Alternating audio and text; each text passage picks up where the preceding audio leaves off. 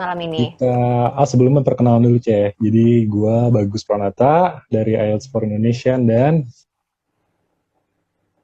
CH. CH dari Wolf English.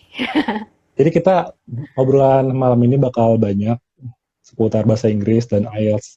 Kalau ada yang mau nanya-nanya lebih jauh dari dua hal itu, mungkin boleh misalnya tentang beasiswa. Tapi kalau bisa relate ya, dari bahasa Inggris dan IELTS. Yap, Oke? benar. Oke. Selamat datang, teman-teman. Oh ya, by the way, kalau ingin nanya-nanya, nanti Hai silakan taruh di Agnes. Q&A box ya. Nanyanya di Q&A box ya, jangan di kolom komentar. Oke. Peran dulu kayak dari gue ya, Ceh ya. Jadi Kita gue Bagus sebelumnya mau Pranata. thanks juga nih.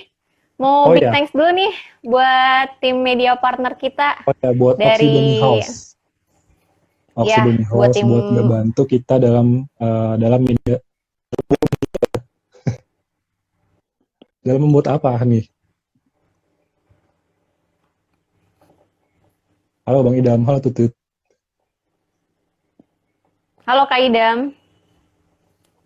Halo Eka. Perkenalan dari gue ya, Ceh ya. Jadi Ya, mungkin belum ada yang kenal gue. Gue Bagus Pranata dan gue di sini membawa sebuah brand namanya IELTS for Indonesian.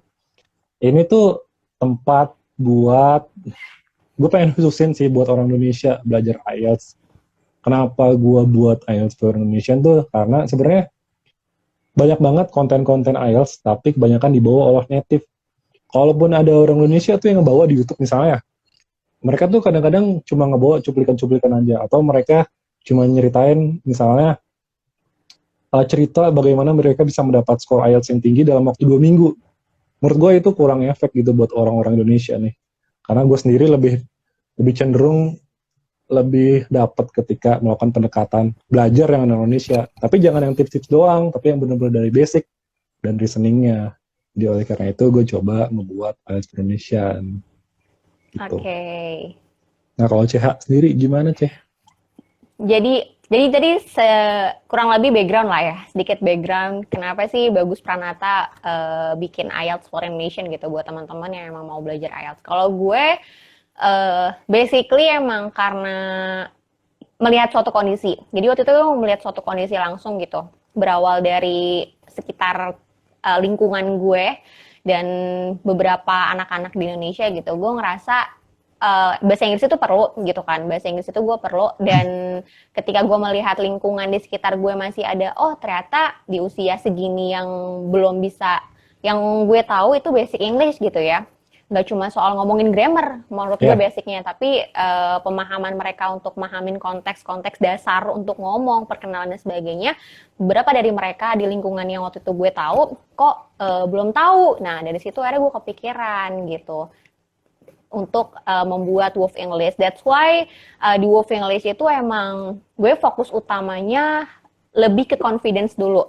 Jadi gue ya. pengen teman-teman yang belajar di Wolf English itu confidence dulu. Karena udah belajar bahasa Inggris lama ya. Maksudnya dari SD sampai SMA, bahkan kuliah. Bahkan ada juga yang nambah ke tempat-tempat les juga gitu kan. Hmm. Terus banyak kosakatanya sebetulnya yang mereka udah punya, ada di kepala mereka. Tapi mereka masih canggung, masih kaku buat ngomongin.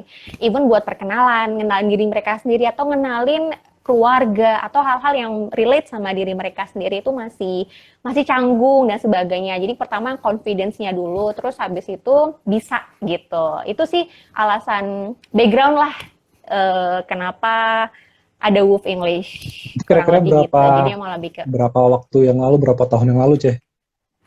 Aduh, kalau beberapa tahun yang lalu, saya ingat, oh 2018. Jadi awalnya tuh gara-gara gue ini abis ngambil academic writing, gue Hmm. fokus ke academic writing waktu itu. Terus awalnya gue cuma fokus ke ini doang, translate aja gitu kan. Terus makin kesini gue makin ngerasa, ah enggak deh, translate kayaknya gue kesampingin dulu. Lebih butuh dan gue pengen emang goals utamanya tuh buat bikin beberapa orang termasuk gue juga buat ningkatin confidence sama bisa in English gitu. Jadi awalnya dari translate ya Ceh ya? Iya, awalnya gara-gara gue ngambil academic writing kan. Gue ngambil course academic writing, terus karena gue nggak ngerasa kalau gue nulis doang nggak ada yang ngoreksi, ah sayang gue juga mungkin bisa mager juga kan. Akhirnya ya udah, kayaknya gue coba deh aplikasiin yang gue dapat dari kelas course academic writing itu buat bikin translate, terus Trendsnya cuma sekitar 2 bulan waktu itu. Akhirnya gue fokus untuk ke tutoring lah ya, lebih ke tutoring gitu, Oke. tutoring English. Oh ya, sebelum lebih jauh, buat teman-teman kalau mau nanya di Q&A box ya. Oh ya, lanjutin lagi, Ceh. Sebenarnya awalnya juga mungkin iseng ya, tapi ternyata gue menemukan juga, Ceh, ketika coaching atau ngajar orang tuh, menemukan sebuah kepuasan sendiri atau lu malah merasa lebih lega gitu setelah ngajar. Lu ngerasain itu juga nggak sih, Ceh? Makanya lu Iya, survive sampai sekarang di Wolf English. iya ya, ngerasa lebih lega dan justru jadi lebih encourage diri sendiri juga. Jadi sekarang Hmm. kalau misalnya ada yang nanya, misalnya dulu gue langsung jawab aja, sekarang jadi berusaha buat riset lagi gitu kan. Cari dulu Google dengan sumber-sumber yang ada, baca lagi segala macam. Akhirnya kita sendiri juga jadi makin yakin gitu kan. Let's say misalnya gue tahu nih, oh kalau mau ngomong, nih kasarnya ya, misalnya mau ngomong kalimat simple present tuh rumusnya kayak gini gitu kan. Terus apa sih bedanya ini sama ini? Gue coba searching lagi, gue kasih contoh lagi, jadinya gue juga ngerasa apa ya, ngelatih diri gue juga gitu buat ngasih sumber-sumber yang terpercaya gitu. Ya nggak sih Kak? Ya, jadi ada kemauan buat ini ya, kemauan buat kita sendiri harus lebih tahu gitu, lebih tahu. Kalau mau ngajarin Iya, kan kita harus belajar 2 kali, 3 kali lebih banyak, ya nggak? iya benar-benar. Dan kalau misalnya mereka mau minta sumber-sumber referensi pun kita ngasih video, ngasih website juga yang trusted kan jadinya. Itu juga akhirnya berguna buat kita yang tadinya kita nggak pernah tahu, ternyata ada lah website ini, buku ini, akhirnya kita juga tahu gitu. Oke, ini ada Oh, pertanyaan ada nih. pertanyaan nih. Seberapa penting sih les bahasa Inggris in general secara umum ataupun Hmm, uh, les IELTS ya? Ya, oke. Mhm. dari CH dulu, Ceh. Seberapa penting sih, Ceh, menurut lu, Ceh, les bahasa Inggris? Oke. Kalau penting-penting, tapi nggak wajib. Menurut gua nggak wajib. Hmm. Siap karena mau belajar, nggak cuma belajar bahasa Inggris, belajar apapun itu basically itu semua balik ke kita kan.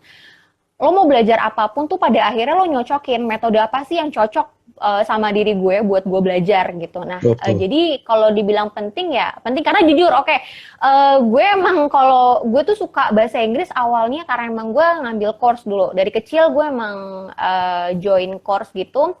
Terus karena akhirnya enjoy, gue sempat putus nggak belajar bahasa Inggris itu cuma di SMA. Waktu itu akhirnya gue aplikasiin buat English debate waktu di SMA. Nah, tapi pas kuliah gue les lagi tapi yang udah aplikatif, yang TOEFL, conversation, sama yang academic writing. Penting-penting karena gue ngerasa di situ gue dapat teman-teman dan dapat coach atau teacher, lecturer ya yang memang sangat mumpuni gitu. Tapi kalau buat ngomongin belajar, nggak cuma di tempat les, semua basically balik ke kita. Apapun tuh metodenya bisa dipakai gitu. Kalau gue les nih, dari kecil gue les, tapi gue yang nggak berusaha untuk uh, meningkatkan skill gue lagi ya sama aja gitu kan, sebetulnya percuma gitu. Jadi emang semua balik ke diri kita. Kalau les tuh enaknya ya itu dapet tutor yang memang udah terpercaya gitu, entah native atau orang Indonesia yang pasti mereka udah punya sertifikasi gitu. Nah kalau menurut Kak Bagus gimana nih? Menurut lo gimana Kak? Gua tentang les, tanggapan gue tentang les sebenarnya gimana ya? Gue orang yang jarang banget les. Mungkin gue beda banget ya ketika lu justru memulai dengan les ya, course ya banyak ya, mulai tertarik. Gue bener-bener otodidak kali ya, dan ada alasan juga. Alasannya akhir-akhir ini sih sekitar 4 tahun lalu tuh pengen dapat beasiswa ke luar negeri. Tapi dari situ pun gue Oke. masih belum merasa butuh ngeles gitu, karena gue merasa gue bisa belajar sendiri otodidak gitu, dari internet, dari apapun. Tapi ternyata di akhir-akhir, misalnya untuk belajar writing dan speaking, ternyata gue butuh mentor. Jadi itu ya, yang harus digarisbawahi sebenarnya mungkin bukan lesnya, tapi lu butuh mentor ataupun teman Iya, belajar. betul. Gitu. Benar-benar. Oke, jadi ketika gue belajar nih, banyak otodidak, ternyata gue masih ada yang kurang nih, terutama dari speaking dan writing. Gue menulis sendiri. Gue dulu inget banget, gue setiap malam itu bikin 2 paragraf selama berbulan-bulan, 2 bulan atau 3 bulan ya. Tapi ternyata gue nggak tahu gue improve bagian mana nih. Akhirnya gue lama-lama, gue butuh mentor nih, jadi itu. Mungkin tanggapan gue terkait les ataupun enggak, yang lebih penting adalah lu ada mentornya deh, nggak harus les juga kan. Iya, Gitu. benar-benar. Karena itu waktu tadi lo cerita tentang 2 paragraf tadi, itu yang gue rasain juga gitu. Gue nggak tahu kalimat gue tuh akhirnya tuh gimana sih gitu kan, alur Hmm. kalimat gue gitu. Karena gue belajar kenapa waktu itu akhirnya gue ngambil academic writing juga gitu gitu. karena gue pengen apa namanya, jadi waktu itu gue lemah banget buat masalah writing gitu. Ternyata waktu gue dapet lecturer yang memang mumpuni di bidang writing, gue jadi tahu yang tadinya gue malas banget buat nulis. Bayangin kalau misalnya lo mau IELTS kan juga lo harus ini kan, bikin 500 kata, 250 250. kata, lo harus ready dengan hal kayak gitu. Bahkan bisa jadi dengan tema yang gak ditentuin gitu kan, temanya apa aja, atau ada juga yang lo based on data kan, lo dikasih grafik, lo dikasih table, terus nanti lo disuruh mendeskripsikan atau menceritakan tabel itu tapi dalam 500 kata gitu. Itu gue lemah banget di sana. Tapi waktu gue punya mentor, si lecturer gue ini akhirnya, oh gue tahu gitu, dari gue belajar satu kalimat, satu paragraf, gue tahu kalimat, penentuan kata. Karena waktu itu memang kalau di academic writing atau di IELTS memang kan fokusnya writingnya ke yang formal ya kan, ya, emang yang scientific writing gitu. Jadinya kita alurnya tahu gitu, kayak buat bikin paper, buat pengajuan esai, itu yang seperti itu gitu. Tuh, Ceh. Lanjut nih, Ceh. Ada pertanyaan dari Jabaris Alan. Oke. Apa saran buat kami yang merasa English accent dari Indonesia itu aneh, bikin insecure? Ya, Ceh, mungkin mau nanggapi, Ceh? Kak Bagus dulu. Coba lo dulu. Jawab. Dari sudut pandang IELTS ya, jadi tentang accent, tentang logat ya. Iya, biasanya orang Indonesia itu punya logat sendiri ya. Nah, tapi kalau kita ngomongin konteksnya IELTS ya, accent itu nggak dinilai sama sekali. Accent itu tertulis di peraturannya speaking itu, kita tidak akan dinilai dari accent. Jadi mau accent lu dalam ngomong nih Sunda, Jawa, Medok, Madura, nggak bakal dinilai sama sekali. Jadi nggak perlu merasa insecure dengan bahasa Indonesiaan kita atau bahasa ke orang Semarang, bahasa Semarangan ya nggak usah malu, santai aja. Kita punya pride of Semarang atau pride of Indonesia. Nggak, yang gue bingungin tuh gue nggak tahu sih, gue hampir jarang banget denger apa namanya, gue hampir ini deh ada dari Opik Q&A-nya, kalau misalnya udah ditutup lagi Kak, gue jadi kepotong kan mau jawab. Tutup kok, slow, sorry. Tapi BTW bentar deh, sebelum gue lanjut, ini kayaknya kok pinnya hilang ya, nggak sih teman-teman, pin ini lo?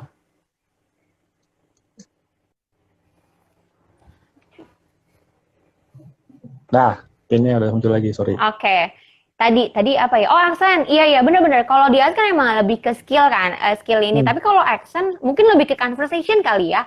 Kayak bahasa Jawa deh gitu. Gue udah lama banget tinggal di Jawa, tapi gue juga masih belum pede gitu buat ngomong bahasa Jawa sama orang karena gue belum dapet luwesnya gitu. Nah, sama kayak bahasa Inggris, mungkin accent itu akhirnya membuat orang merasa jadi nggak pede buat talk to other people gitu kan, buat having conversation to other people karena ngerasa aksennya dia kayak masih Indonesia banget. Tapi gue penasaran sebenarnya, kalau lo pernah dengar pasti ada orang secara global tuh ngomong gini deh, kayak kalau kita ngomong secara general kan ada dua ya, British sama American. Tapi some of people in the world juga tahu gitu, selain ngomong British sama American, mereka juga tahu ada Australian, ada Scotland ya kan, ada Scotland, ada Australian, dan sebagainya gitu. Tapi gue juga nggak pernah denger kok, nggak ada yang pernah nyebut ini ya, nggak ada yang pernah nyebut Indonesian accent ya. Nggak, maksud gue, iya ya, maksudnya harusnya kan kayak Indian pun ada kan. Singlish juga ada gitu, Singlish ada, Indian ada. Gue nggak pernah dengar ada orang ngebahas kayak aksennya Indonesia menjadi aksen yang khas, enggak ya? Karena kayaknya emang lidah orang Indonesia tuh kayak ngomong apa aja bisa kali ya lidahnya ya. Jadi karena itulah jadinya ngerasa ya udah nggak apa-apa gitu, dengan aksen yang khas ya dipakai aja nggak apa-apa. Karena poinnya kalau gue ngomongin accent atau conversation, speaking skill itu ya jatuhnya, gue lebih poinnya tuh you can deliver the message to people you talk to in a good way. Jadi poinnya tuh di deliver the message-nya apapun ya, kayak lo mau ngomong dalam bahasa Indonesia pun poinnya kan apa yang lo mau sampaikan tuh nyampe. Iya, betul, deliver the message.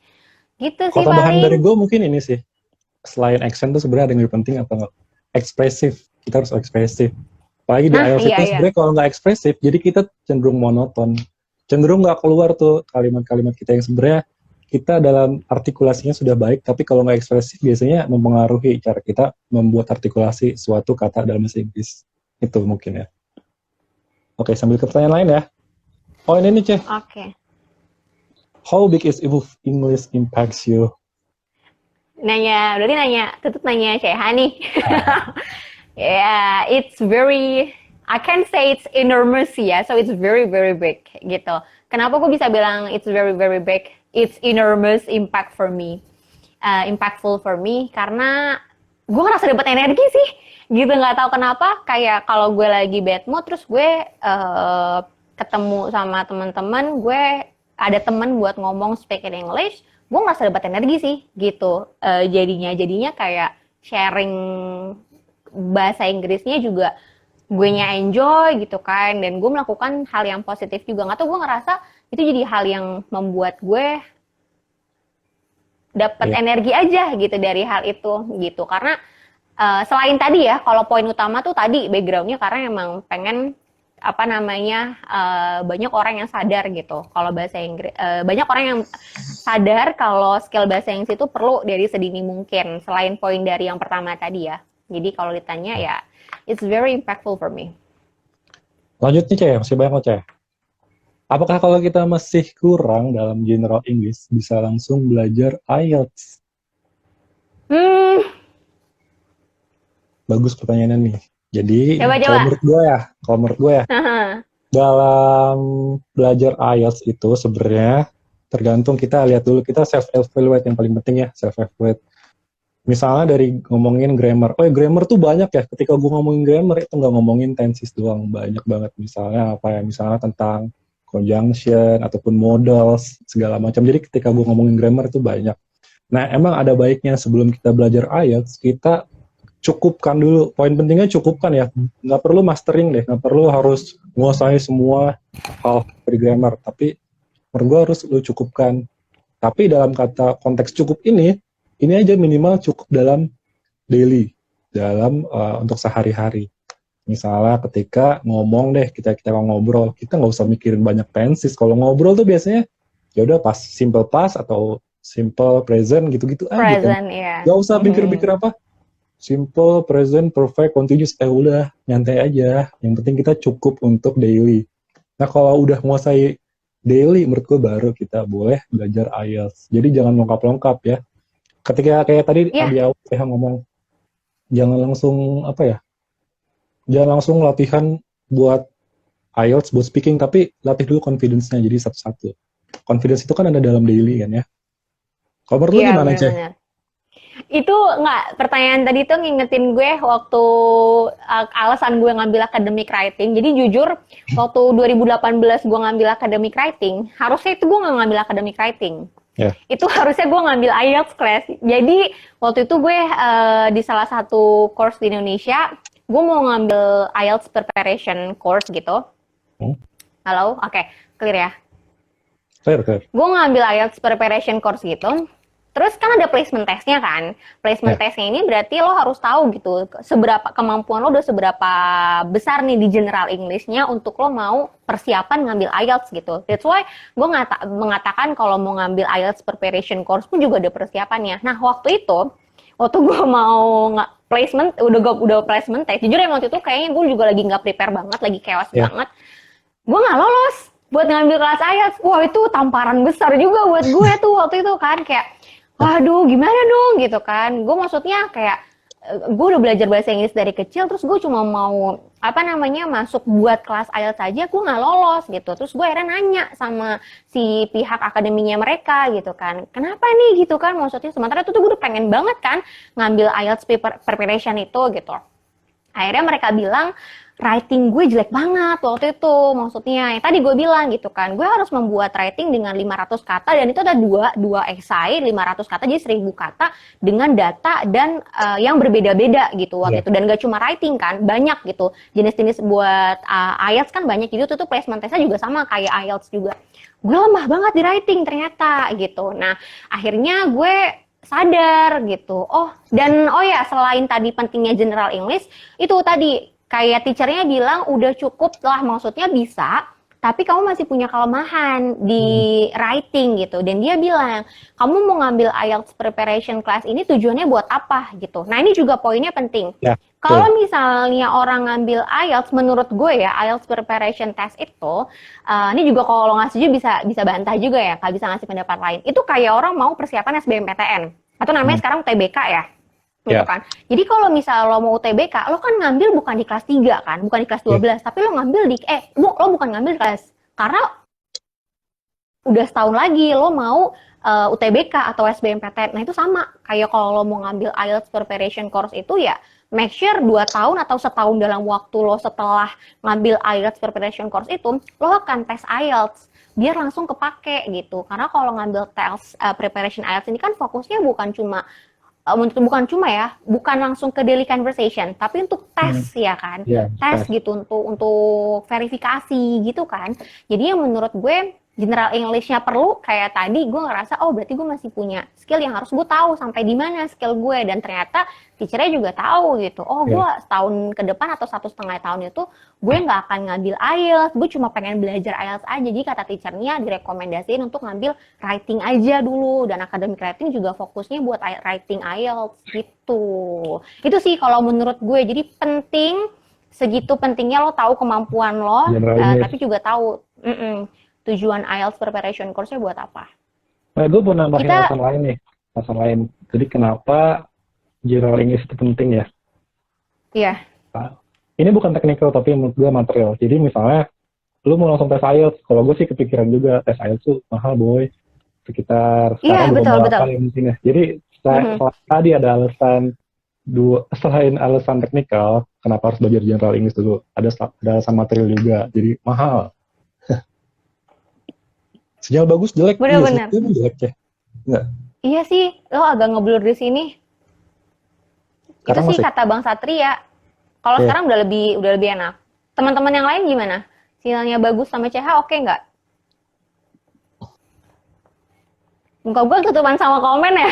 Nggak apa-apa, nggak penting muka gue. Emang masih ada? Ini kayak pertanyaan lagi ya. Kenapa umumnya les dan tes IELTS lebih mahal? Les dan tes IELTS ya. Nah itu gue kurang ini sih. Coba mungkin Kak Bagus. Kenapa les dan tes IELTS lebih mahal? Kenapa ya? Karena menurut gue ya, dalam satu paket les itu ada konten writing dan speaking. Di mana biasanya itu dalam lembaga besar, misalnya lembaga ITUT ya, disensor ya. Itu biasanya setiap konten tuh setiap subjek ya beda pengajar ya, Ceh. Sedangkan kalau dalam sekarang les tes online biasanya mereka satu pengajar mau nggak mau harus nguasain reading, listening, writing ataupun speaking. Dan menurut gue itu adalah salah satu skill yang cukup cukup belajar cukup lama ya mungkin ya. Investasi juga mungkin buat orang yang ngajar itu ya, banyak investasinya sebelumnya dia. Jadi kenapa mahal? Dan kalau waktu itu gue pernah dengar cerita orang, dia nggak ini balik lagi nih ke pertanyaan yang tadi, penting nggak sih sebetulnya les bahasa Inggris? Nah, kalau misalnya lo ngerasa lo udah punya tutor selain dari lembaga tadi, dan lo ngerasa lebih enjoy belajar sendiri gitu kan. Kayak tadi kan lo cerita kan, lo semua intensitas lo tentuin sendiri, lo belajar back to yourself aja gitu kan. Cuma akhirnya lo sadar, lo menentukan lo perlu mentor gitu. Tapi akhirnya lo menemukan kan cara yang sesuai sama metode lo sendiri. Nah, menurut gue ya nggak masalah juga gitu kan. Maksudnya kalau emang ternyata nggak mampu atau misalnya nggak mau buat tes IELTS gitu, ya udah. Oke, pertanyaan lagi seru nih menurut gue nih ya, dari Devi SP. Devi, halo Devi. Kasih tips cara belajar kosakata Inggris yang sering dipakai, tapi bisa tiap hari asik dan nggak bikin bosan. Tiap hari asik dan nggak bikin bosan. Oke, gimana Ceh? Oke, yang pertama, ini cara yang menurut gue banget, itu talk to yourself. Jadi gue dari kecil gue sadar, karena gue mungkin suka ngoceh sendiri gitu ya. Gue sering banget ngoceh tuh karena mungkin misalnya lagi gak ada temen atau apa, ngomong di depan cermin atau kayak udah lo lagi di motor atau misalnya di mobil atau dimanapun tuh ngedumel sendiri, ngoceh sendiri tuh. Tapi beneran, maksudnya kayak lo habis dengerin lagu, lo habis baca, justru itu cara lo gitu kan. Jadi gue punya satu kalimat kunci buat gue. untuk meluaskan atau menambah kosakata, kuncinya tuh ada di lidah sama ada di telinga gitu. Kalau buat gue ya, selain panca indera yang lain gitu. Kalau misalnya mata, ya lo lihat, lo baca, lo aplikasiin lagi gitu kan untuk lo komunikasi. Lo denger, lo tahu pronunciation-nya gimana, lo tahu cara ngucapinnya gimana, lo dapet kosakata baru, latih di mulut. Dan kenapa gue bilang talk to yourself? Karena ketika kita ngomong sendiri itu kan maksudnya ya mungkin sulit dapetin teman atau lingkungan yang bisa ngomongin English setiap hari, yang di situ latihannya gitu. Jadi lo bisa dengar gitu. Kalau selain tadi talk to yourself ya, selain itu yang kedua having conversation to other people gitu. Dan menggunakan kata-kata yang tadi lo bilang tuh. Kalau pertama find out words on our daily basis. Kayak gue pernah dengar ada orang bilang kayak gini nih. Dia tipikal orang yang bekerja berkaitan sama media misalnya ya. Dia berkaitan sama media. Berarti dia akan mengetahui kosakata berhubungan sama kamera, kosakata berhubungan sama desain. Nah, itu dia pasti akan lebih tahu. Nah, itu dia gunain tuh. Dia gunain kalimat itu sama teman-teman dia dan segala macam, sama dirinya dia sendiri. Dia ngomong hal itu gitu kan. Dari daily basisnya yang berhubungan sama dia sendiri, akhirnya dia tahu nih. Nah, kalau merasa udah tahu dengan hal itu, ya udah nanti nambah lagi hal-hal yang. Jadi kalau misal tadi berkaitan sama media, lo ngomongin kamera, lo ngomongin desain, ya lo nggak usah ngomongin kompor, lo nggak usah ngomongin minyak gitu kan, lo nggak usah ngomongin dapur gitu. Maksudnya untuk hal-hal yang pertama lo tahu dulu tuh hal-hal yang berhubungan sama diri lo sendiri gitu. Nanti baru lo tambah lagi dan digunakan gitu. Kalau itu menurut gue cara-cara yang break the rules gitu ya, sorry. Kalau cara-cara yang normal ya baca news, media, koran, baca-baca di Twitter, berita-berita, itu pasti. Kalau itu pasti akan menambah kosakata lo gitu. Tinggal lo pakai apa enggak. Oke. Tuh di komen, betul-betul aja kamu bagus ya, gimana orang lagi kan Ceha lagi ngobrol, Satria. Oke, kalau dari gue mungkin ya tentang vocabulary ya, belajar asik ya. Kalau gue biasanya yang cowok mungkin yang main game ya dari kecil ya. Jadi gue salah satu orang yang ternyata pas misalnya gue SMA nih gue baru nyadar sebenarnya vocabulary gue banyak. Karena kayak udah dicicil dari kecil, banyak main game, ternyata gue ngerti banyak vocabulary, tapi nggak ngerti cara nyusunnya. Jadi kalau dari gue nih, pandangan gue main game oke. Terus kalau sekarang nih ya, itu coba teman-teman download TikTok. Di TikTok itu ada kayak acting challenge ya. Acting challenge itu cuma ya udah kita berdua ini duet, jadi kita balas-balasan conversation, dan dari situ sebenarnya itu lumayan juga sih. Gue tahu. Jadi kita menikmati, kita sebenarnya latihan vocabulary tapi sambil main di TikTok, sambil latihan acting juga, apalagi latihannya sambil ekspresif.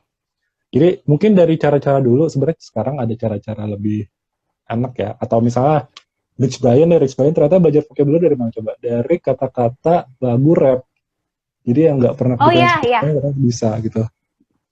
Jadi kalau menurut gue cara break the rules ini ya, kalau lo baca buku itu udah pasti ya. Lo baca buku, lo baca paper, lo baca lo nulis, itu pasti akan menambah kosakata lo. Sekarang ada cara-cara yang lebih seru gitu. Ya kan? Nah, cara-cara lebih seru ini menurut gue adalah back to ourselves gitu. Cara mana nih? Kalau lo emang ternyata kayak tadi lo bilang TikTok, ada orang yang gue nggak main TikTok, gue nggak suka TikTok. Ya that's okay gitu. Kayak gue lebih senang nonton talk show misalnya. Ada orang yang dia nggak suka nonton talk show, tapi dia suka nonton TED Talk tuh ada ya gitu kan. Atau dia lebih suka nonton film gitu. Dia nggak suka nonton talk show, dia lebih suka nonton konten di YouTube yang lain, film. Ya nggak apa-apa gitu. Nah, justru itu bakal lebih berguna karena mereka dalam talk show kayak gitu atau film tuh mostly mereka menggunakan daily conversation. Jadi kayak semua menurut gue dengan cara-cara yang break the rules ini, kalau gue bilangnya unconventional method ini, cari cara yang memang sesuai sama lo nggak suka nonton, lo suka dengerin musik kayak tadi si Rich Brian, ya belajar dari si lagu-lagu tadi, lirik lagu tadi gitu.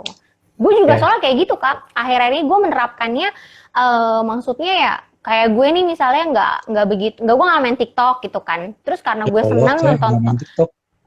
Gue nggak main TikTok, gue maksudnya nggak ada apps TikTok juga di handphone.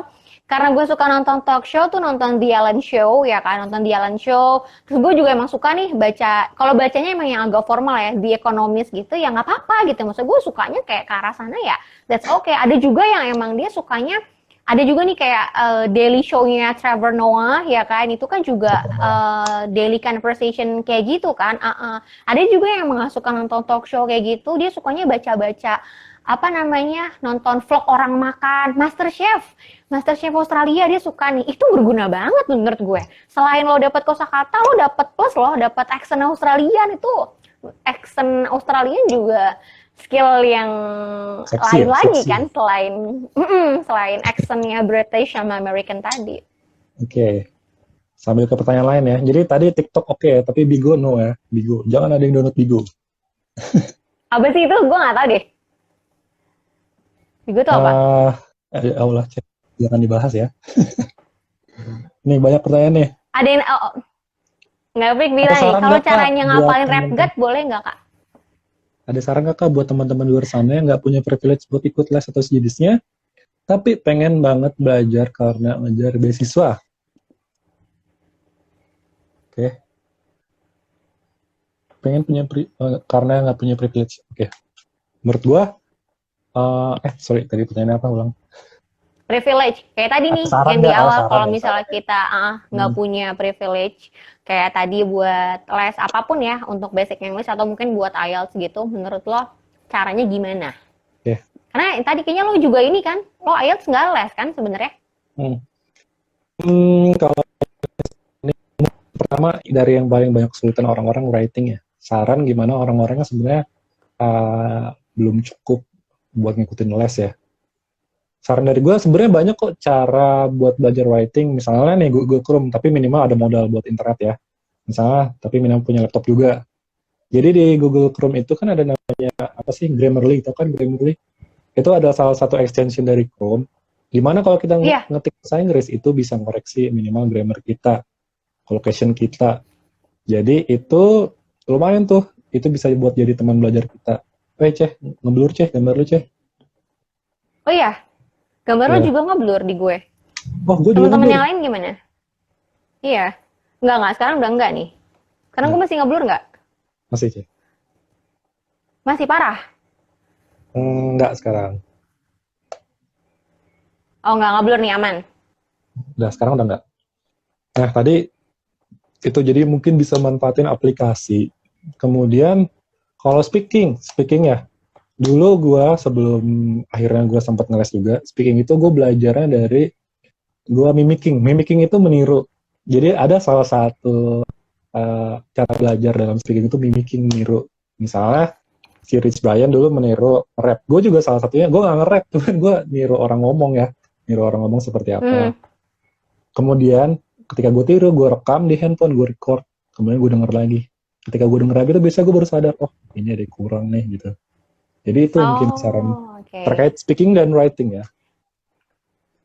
Kalau tadi writing, gue setuju tuh yang Grammarly sampai sekarang pun gue kalau Masih misalnya pakai. mau nulis apa gitu yang writing, gue pasti menggunakan Grammarly gitu, meskipun nggak premium, tapi akhirnya gue mencari cara gitu kan, apa yang salah gitu kan. Sementara dari Grammarly-nya, kalau mau dibenerin harus pakai premium gitu kan, tapi dia kan ngasih clue kan, oh salahnya di word nih, oh berarti di pemilihan kata gue. Yang kalau di academic writing atau writer gitu kan kita mengurangi ini kan, repetisi kan, repetition gitu kan. Nah kalau gue juga mencari-cari tuh, berarti kata ini harus gue ganti. Kalau salahnya nggak di situ lagi, misalnya, iya bener sih Grammarly cukup ini ya, totally works.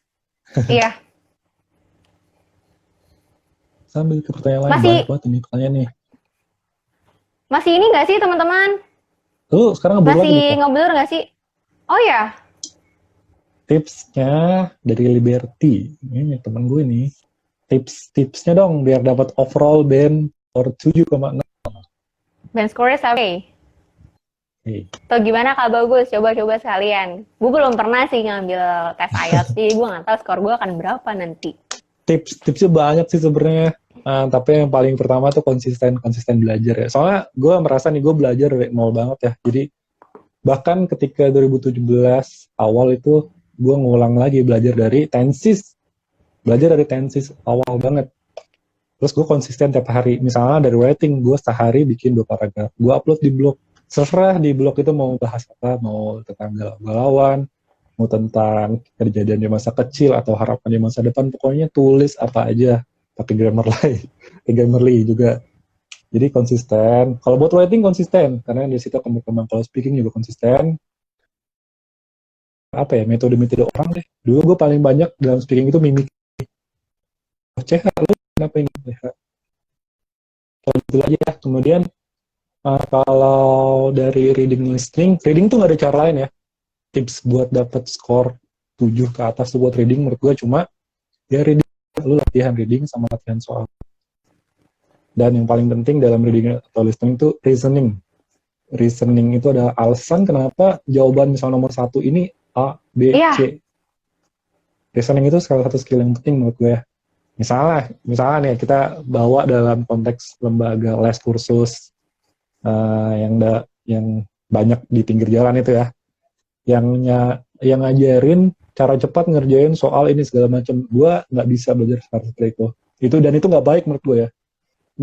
Yang baik itu adalah misalnya kita diajarin rumus cepat, kita harus tahu juga kenapa rumus cepat ini bisa ada gitu ya.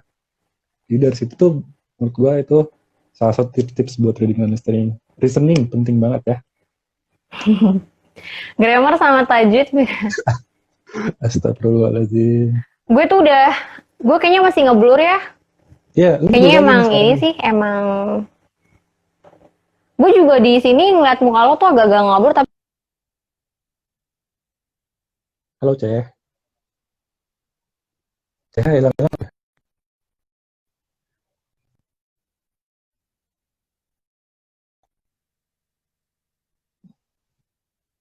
Ceh,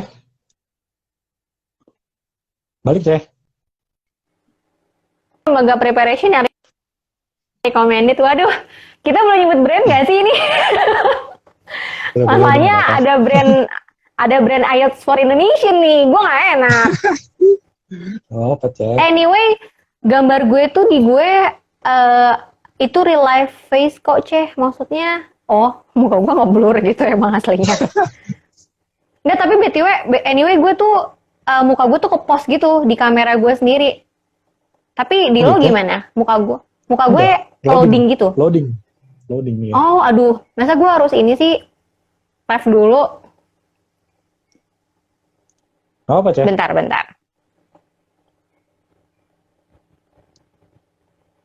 Oke.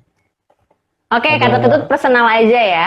Gak apa-apa, personal aja. Ntar dikabarin, Tut. personal aja. Personal aja. Ya, personal aja ya. Personal aja ya. Oke. Oke, Gambar gue terus gimana nih enaknya? Gue live dulu aja kali ya. live dulu aja nggak apa Filternya Ceh? matiin. Gue nggak pakai filter anyway, Bill. Oke, gue live dulu ya. Emang ada filter blur ya? Oke, gue ngobrol sendiri ya berarti nih ya. Sambil nemu CH.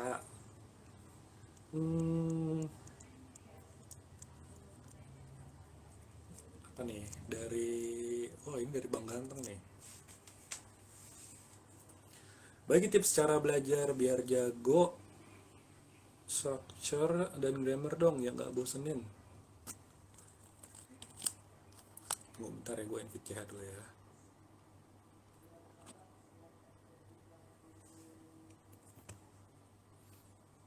Oke, kalau ada yang mau nanya lagi di box Q&A ya teman-teman, masih ada kita punya waktu 20 menit Oke. buat roll.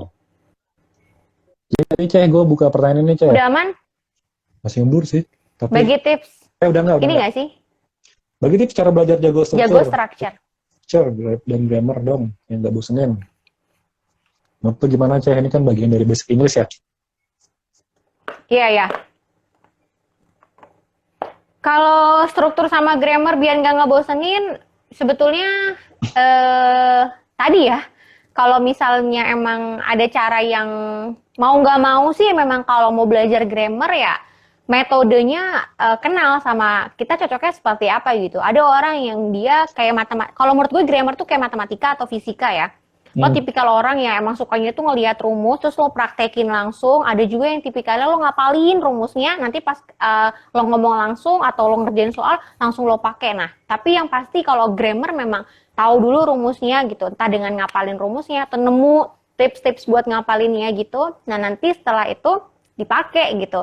kalaupun dia ngomong kayak full grammarnya bagus banget ya kan nggak salah gitu maksudnya, nggak masalah gitu. Jadi tetap dipraktekin. Kalau gue apapun ya mau nanya grammar, mau nanya, kecuali kalau writing ya itu kan fokusnya ke writing ya.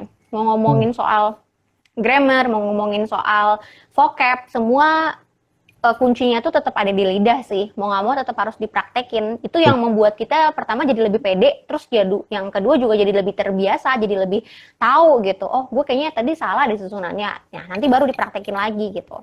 Gitu sih Kak Yudi. Dijawab Oke. nggak? Kalau dari gue ya tentang grammar, kalau gue sebenarnya nggak bisa itu yang belajar dengan rumus. Jadi misalnya ketika gue belajar misalnya subjek, verb one, ing segala macam ya, gue tuh sebenarnya nggak bisa karena ketika gue ngomong kenapa di kepala gue ada rumus-rumus itu gitu. Jadi dulu Oke. ketika belajar tentang tenses, gue belajar dari film. Misalnya dia ngomong sesuatu, gue pengen tahu dia maksudnya konteksnya apa sih ini gitu. Mhm. Misalnya tentang she has done, dia telah melakukan sesuatu. Gue Mhm. lihat pas dia ngomong itu tuh maksudnya apa gitu. Oh dia sudah melakukan sesuatu, sudah terjadi.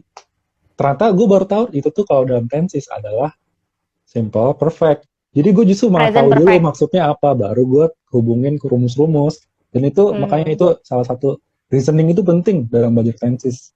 Karena ketika kita belajar rumus itu bukan reasoning namanya, itu namanya memorizing. Itu. Bener-bener bener.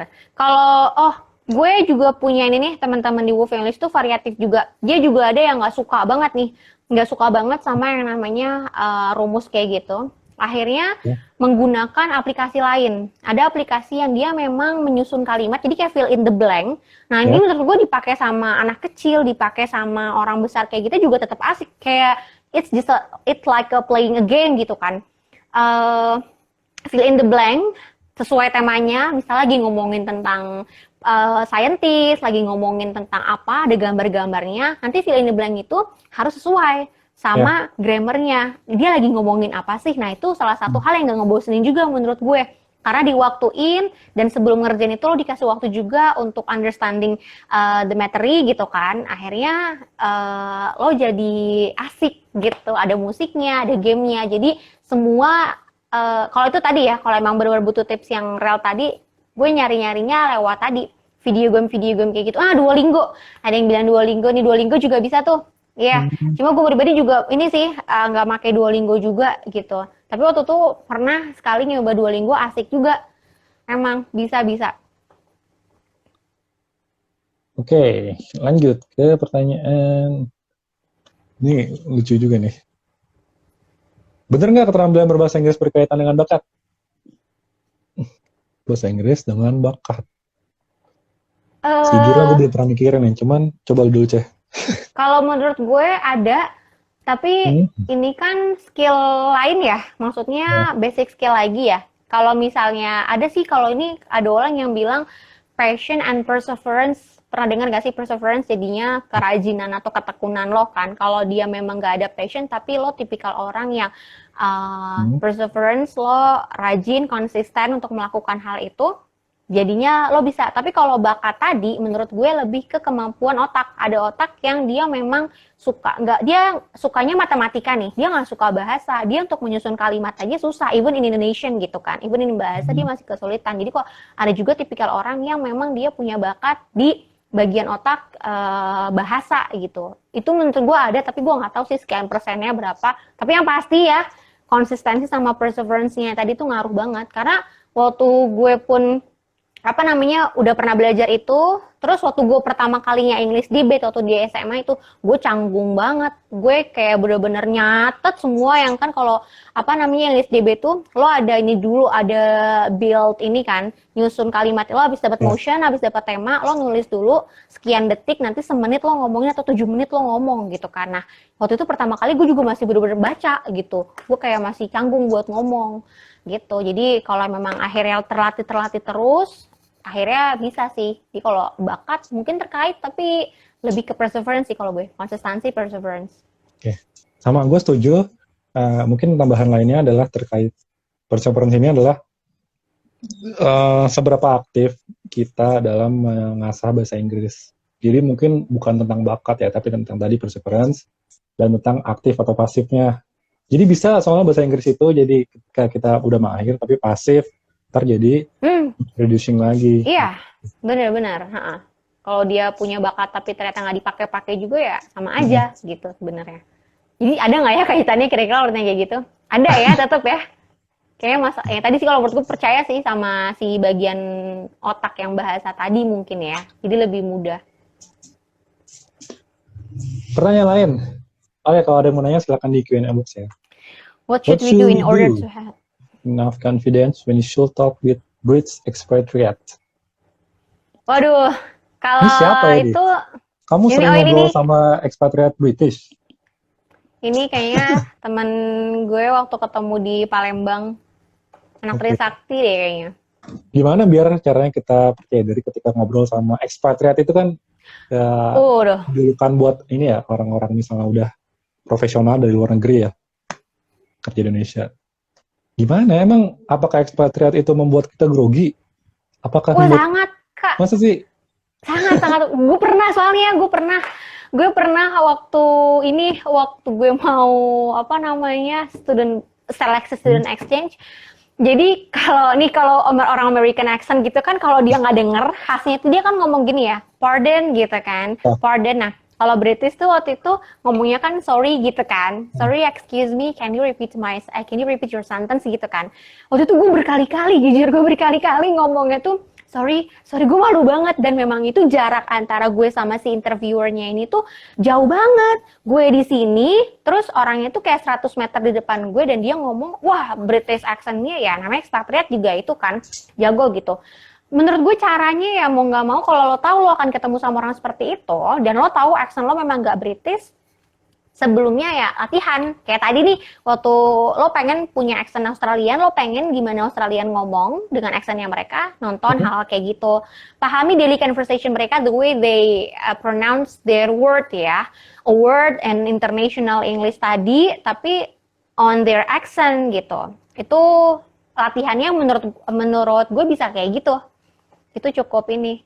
Dan mungkin ketika kita udah nonton, udah dengerin orang kayak gitu, kita bisa latihan dengan ngomong tadi, talk to yourself, misalnya di depan cermin, ngomong di depan cermin, latihan, ngucapin kosakata, dengerin. Nah, dengerin itu kan kalau misalnya British expatriate lo ngomong, lo respon kan. Jadi dengan lo listening, mereka nanya apa, lo jawab, mereka nanya apa, lo. Jadi latihannya mungkin bisa dengan cara seperti itu, kalau yang biasa gue pakai.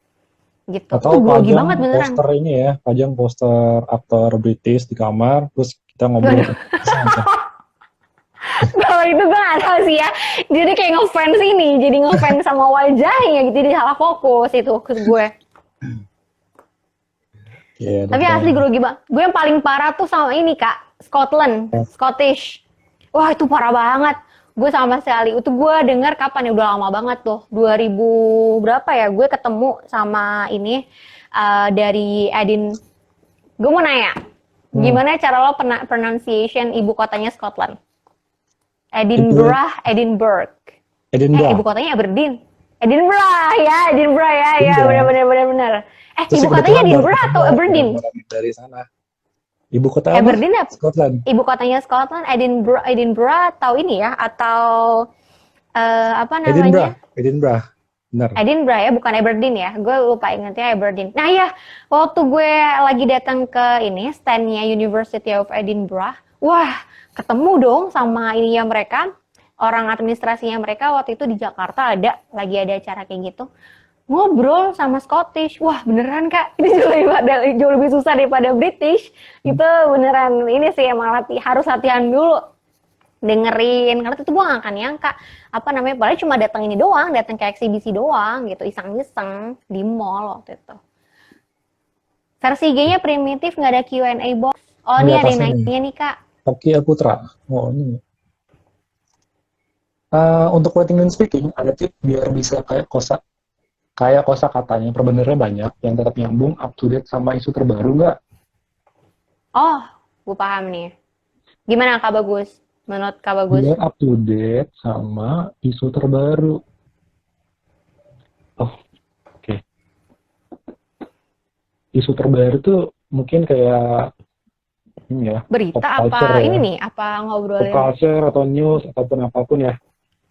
Ya mau nggak mau sih, menurut gue salah satu sekarang berita tuh menurut gue yang update Twitter. Dari Twitter tuh kita tahu Iya, isu-isu. Dari Twitter juga biasanya terhubung dengan link-link berita. Oke, dari situ biasanya gue juga sering baca-baca. Ataupun cara unik gue lainnya adalah dari 9gag. Karena 9gag itu sebenarnya lebih update dibanding berita, berita-berita formal ya. Jadi misalnya kayak kemarin ada data di Beirut, belum ada berita tuh di 9gag sudah ada update. Kita udah tahu konteksnya apa, yang diobrolin apa. Jadi dari situ gue mungkin cara-caranya yang aneh-aneh ya. Jadi dari situ tuh gue tahu isu dan tahu kosakatanya itu apa. Gitu. Misalnya akhir-akhirnya semenjak corona kan udah ada istilah-istilah protokol ya. Dulu belum pernah ada kan istilah-istilah protokol kan.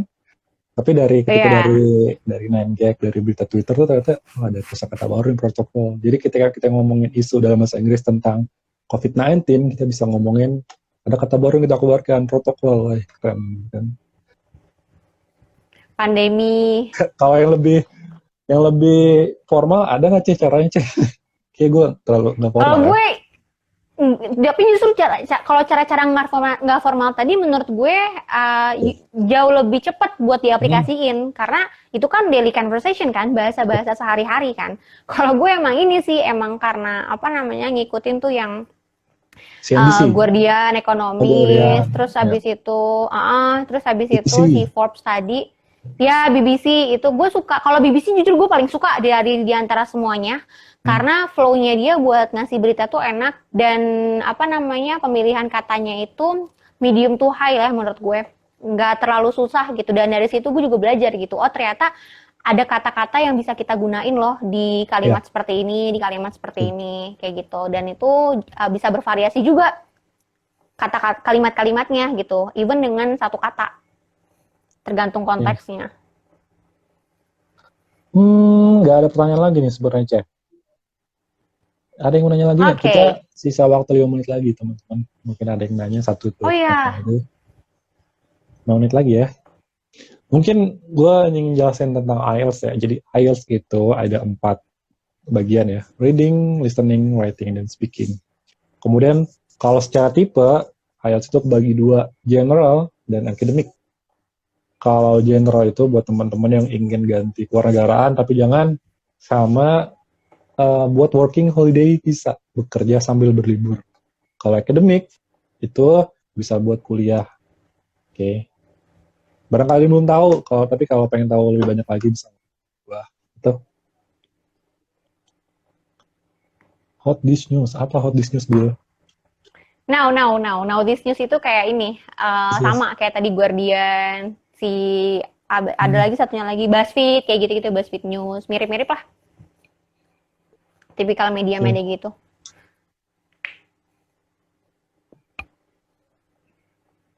Oh, ada pertanyaan nih. Kalau kita kursus bahasa Inggris dan nggak dipakai lama, will it be just like riding a bike ke depannya? Gimana, Ceh?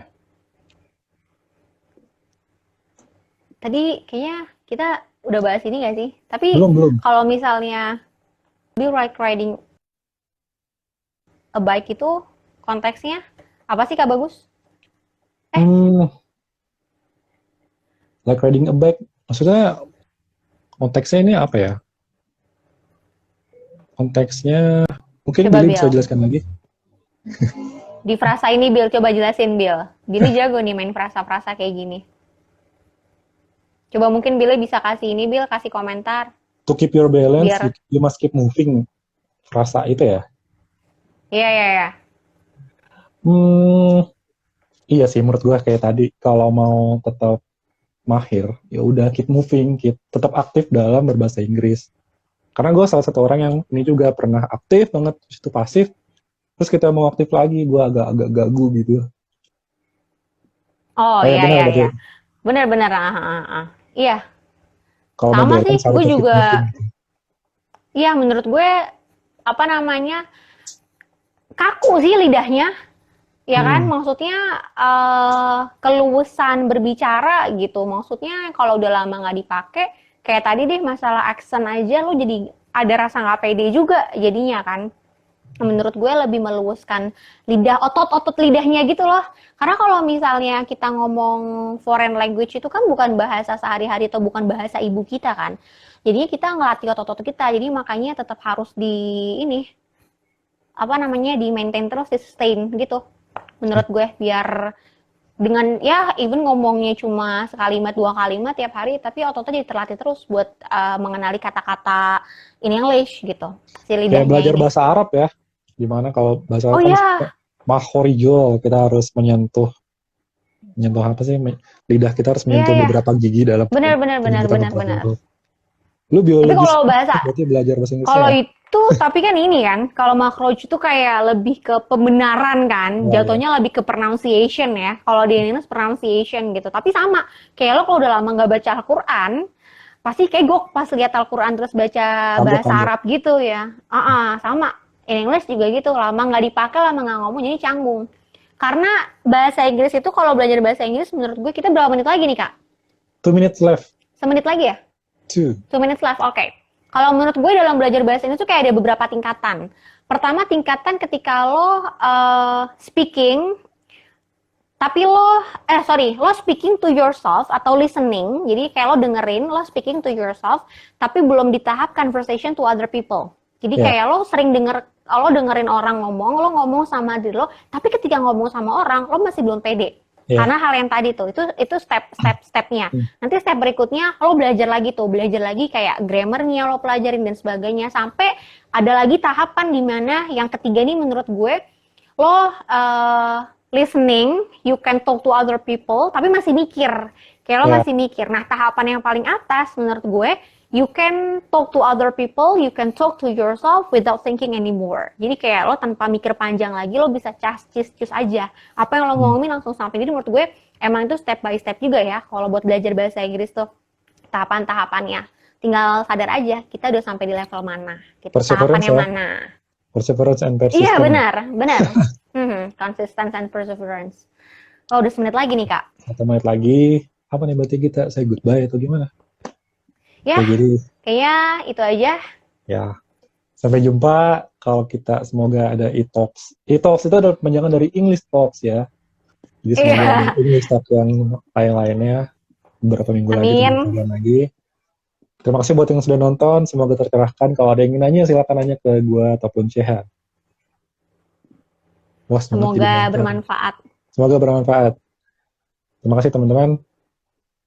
Kita harus Dan bikin semoga jargon buat nanti. pertemuan berikutnya, kita ini ya, kita udah biasa nyiapin kuis ya. Kuis berhadiah. Buat 3 live berikutnya. Kuisnya ada, hadiahnya dibiayain tes IELTS.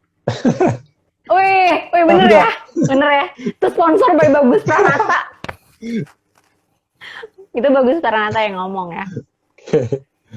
Oke. 10 detik lagi. Ya. Terima kasih teman-teman. Oke.